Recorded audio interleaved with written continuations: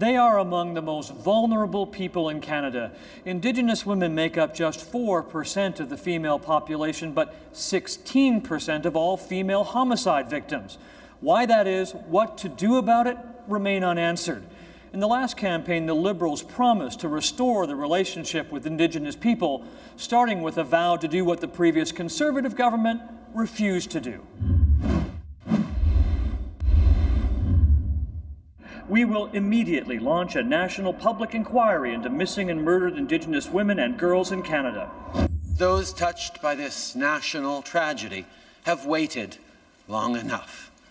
The victims deserve justice, their families an opportunity to heal.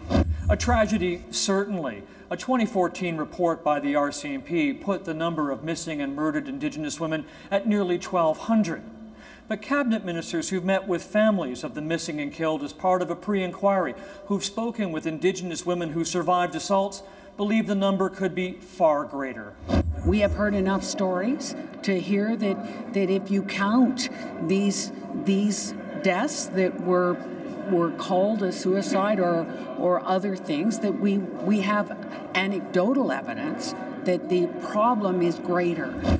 Bennett says the government earmarked $40 million over 2 years for this. It's enough, she tells CBC News, to get the inquiry going, but likely far too little to take the inquiry where it needs to go if it's to respond to calls to reopen cold cases, to answer why so many are dead and missing, and to figure out how to prevent this kind of crime from happening in the future. It's something that we definitely will be considering as we put together the framework. The Prime Minister has said no relationship is more important to him or his government than the one with Indigenous people. This promised inquiry is part of renewing that relationship. The next step is to name the commissioners, to draft their mandate, work the government hopes to have done by June, meaning for this Liberal election promise, the work is only just getting underway.